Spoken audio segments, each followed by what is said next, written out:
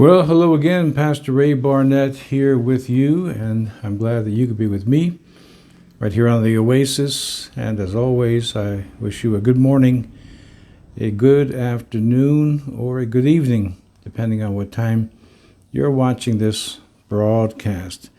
Today is December the 30th, almost the end of the year 2021. A few people that I've talked to are saying to me, boy, this has been a rough year.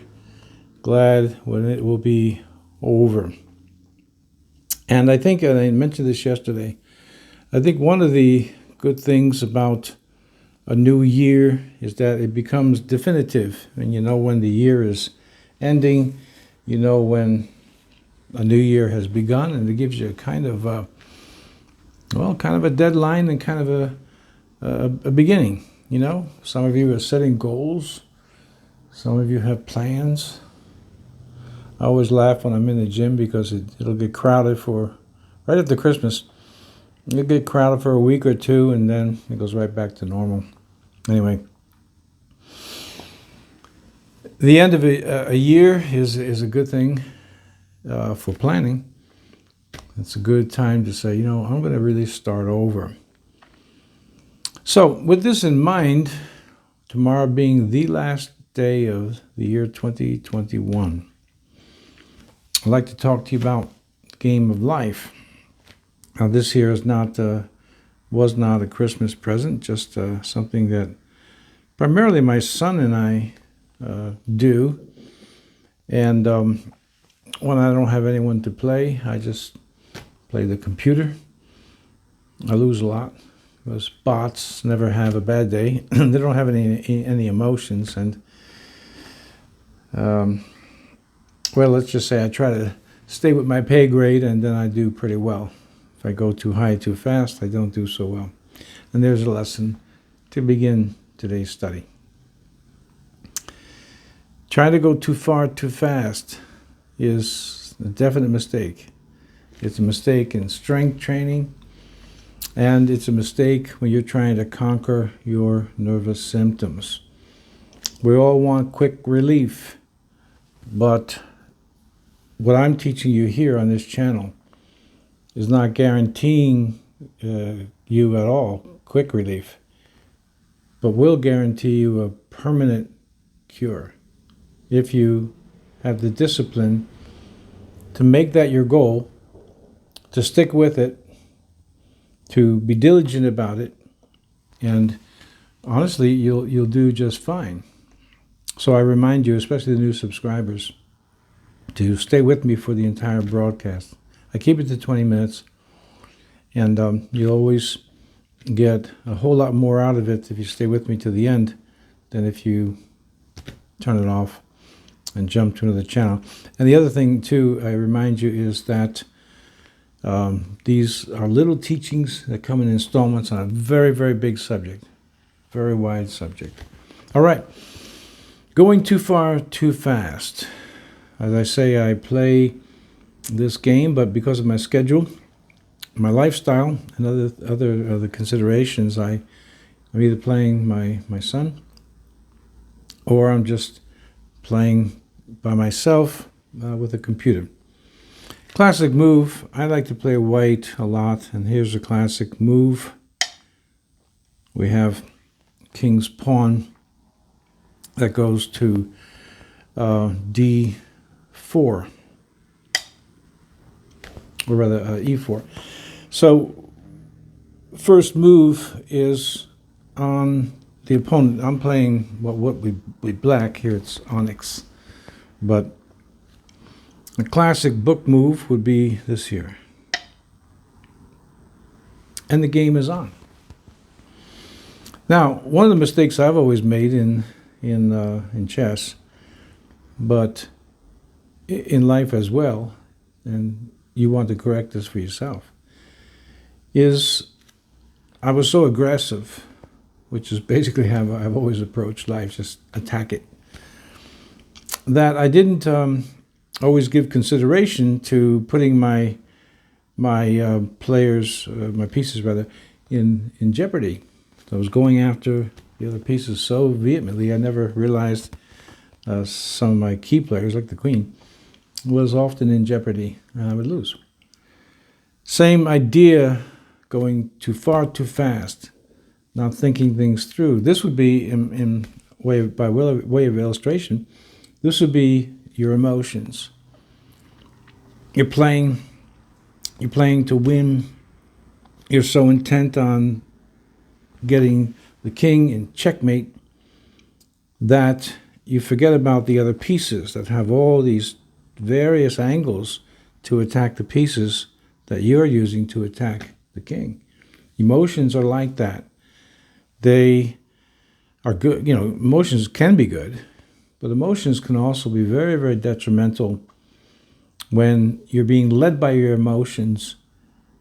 And like me in so many games that I've played, at least in the past, not now, I would lose simply because I was so intent on the attack that I wasn't paying attention to the defense of my pieces. So the game goes on. White, as you know, always moves first. Here's a classic book move. Knight comes out. And we bring him out to c3. Queen's knight comes out to c3. And now he's defended. If another piece comes out, well, let's bring out, let's say he was dumb enough to make this move, or rather this move. I could take him here. I could take him here. And for those of you who do play chess, you want to dominate as much as possible the center of the board, which is our third lesson. You want to be able to not be led by your emotions, meaning you're on the attack so much that you're forgetting that there's a defensive moves that you have to be aware of. Now, this is a Christian broadcast, right? The Oasis is God's answers for anxiety and depression.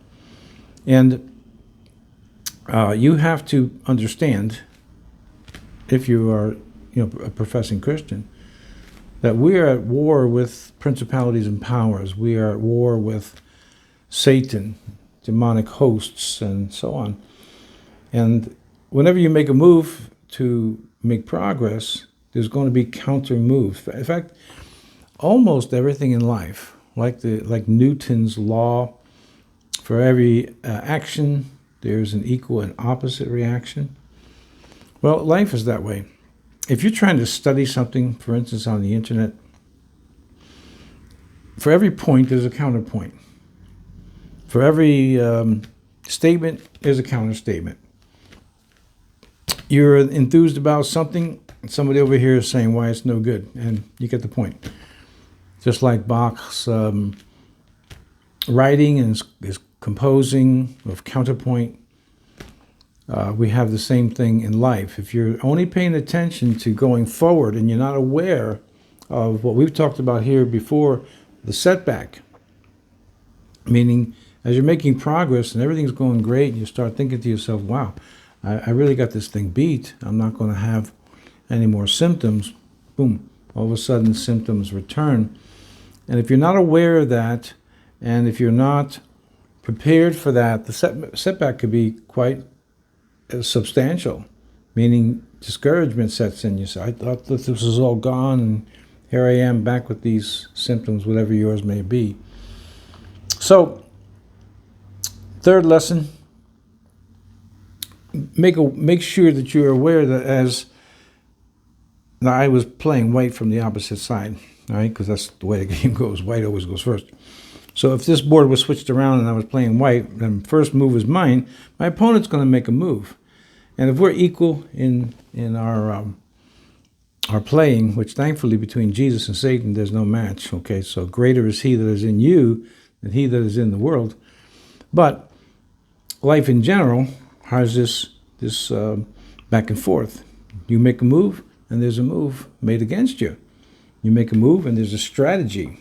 Now, we read this in Ephesians chapter 6, that Satan When we read the verse that says, "For we wrestle not against flesh and blood, but against principalities and powers and the rulers of darkness, and the spiritual wickedness in high places," we're told to pray. We're told to stand with the shield of faith, the helmet of salvation, the breastplate of righteousness, our feet shod with the preparation of the gospel of peace. And then we're told that we may be able to stand against all the wiles. That's the King James Version of Ephesians 6. All the wiles of the devil. Wiles means a strategy. So, again, understanding that this is a Christian approach to overcoming nervous symptoms, anxiety, and depression, while I may have, well, let me do it this way here. While I may have and do have a strategy against my opponent, there's an equal strategy against me. And once again, if I'm going to rush into this, and for some of you, you've been suffering for many, many years, many, many years.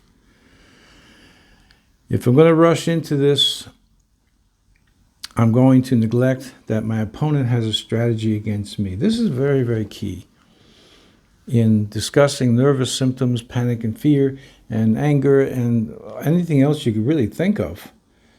When you're trying to go against it and to get the victory over your symptoms, over your fears, over your anger, over your hurts, over your whatever, and you're not aware that the opponent is also likewise has a strategy, you know?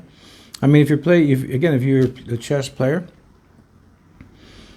you know, you come along, and I've played a few games where someone starts smiling, you know, and say, huh, and may speak out, you know, say, you don't see it? And I'll just pretend like, what, see what? And I know that my piece is in danger. I know that it could be the queen, it could be just the king himself. In a couple of moves by my opponent, I could be mated. What my opponent doesn't see is that I already have a strategy, because I see weaknesses on the other side. I'm about to make a few moves that's going to be a surprise. Okay, so that's a strategy. This game is played by people on both sides that have strategies. God has a plan and a strategy for your life. Let's just simply name one, that He wants you to be at peace. Likewise, and this is very important, likewise, Satan has a strategy for you as well. But you won't have peace. Not in your home, not on your job, not with your children or whatever it may be, your health. He has a strategy. If you're not aware of that, you're likely to have a lot of damage done as you're trying to make progress. All right? Remember, and I'm going to say this again, excuse me, on this broadcast, there's not life hacks. I'm not giving you little hacks, little tricks. This is an ongoing study that really is best served if you stay with me, A, for the entire broadcast, and then B, day by day, as much as possible. Daily would be the best, okay? Because we're building on these lessons, always building, because it's a huge thing we're putting together here. It's a big, big situation. It's a big subject, and got to cover it little by little. Anyway, my opponent has a strategy. I have a strategy. And we cannot look at life, you cannot look at your life just from one point of view, meaning your own. Because that's, well, I'll say it's naive, but it's also really missing the point of how life actually is. Let me say something to you. My advice to people when they're upset or they're unhappy is not to look at life the way you think it should be. You know, this is how it should be. And one day when Christ returns, it will be. Or you say, you know, I just wish life was this way. And, okay, so we all wish it was something. But the truth of it is that you'll be a lot happier once you can reconcile with the reality of life the way it is. And at the moment, until Christ returns, at the moment, we are in a type of a game. And that game is being played by someone else, right? We have God on our side. That's the good news. And in the end, we win. But we have an opponent who's got a strategy. And I do believe Satan has a personal strategy for each one of us. He knows our weaknesses, or he's been around a long time, right? We haven't. He has. And we have to be able to be aware. So now, here's another lesson. We have to play by the rules. If you're going to play at chess, you have to know the rules. You have to know just how things work. There's a little known rule in chess, and I'm going to move this guy back here just a little bit. And I'll move this guy over here, my guy.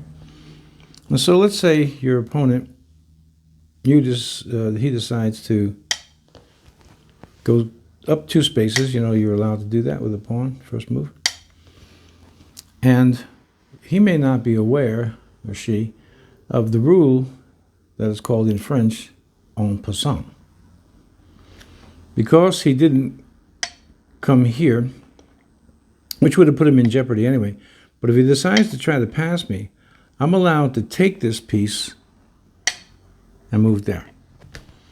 Now, if you're playing a friendly game, you may want to just tell your friend, well, you know, you just put yourself in en passant.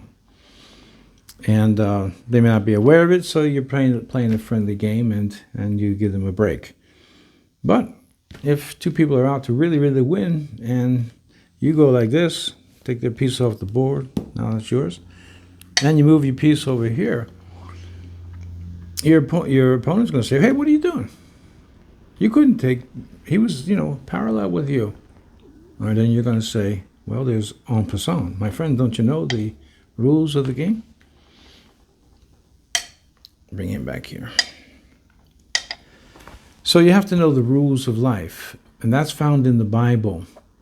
The principles that God has given us, called commands, but they're principles of life. Behind me, of course, I'm here in my dining room. We should figure this out. There's all these electrical sockets. When used properly, we get nice light, and everything is good.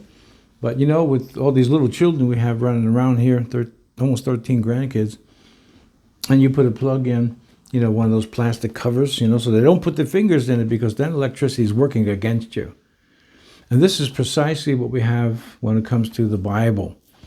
When it comes to the Bible, we have principles that will work for us, like electricity works beautifully for us in so many, many ways, if we're playing according to the rules. If you play against the rules, it works against you.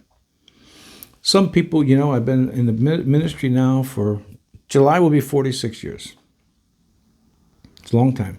I've been dealing with people a long time.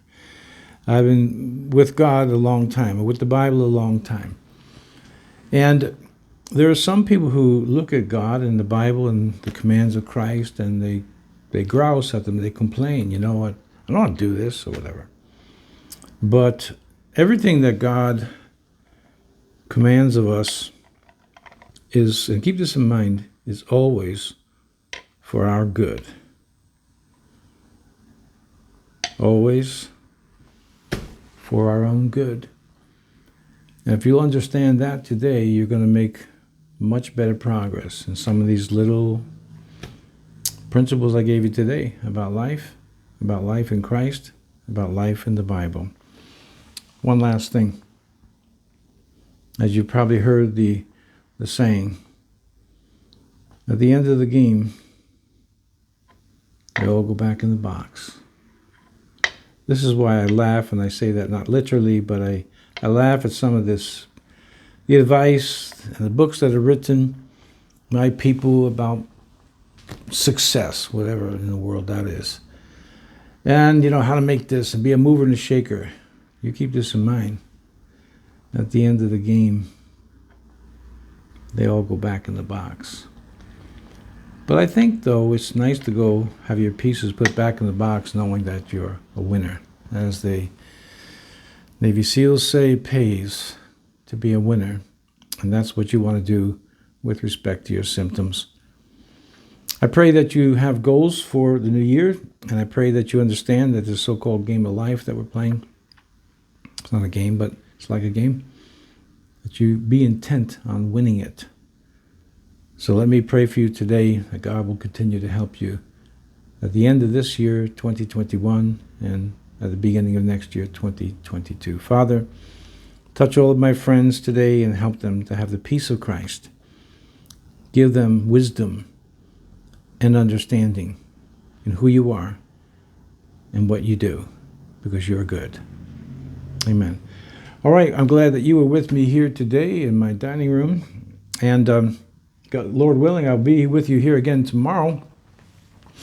And then 2022, we'll have a whole new year. This is a very small group that we have here, and that's an advantage for us. Small group.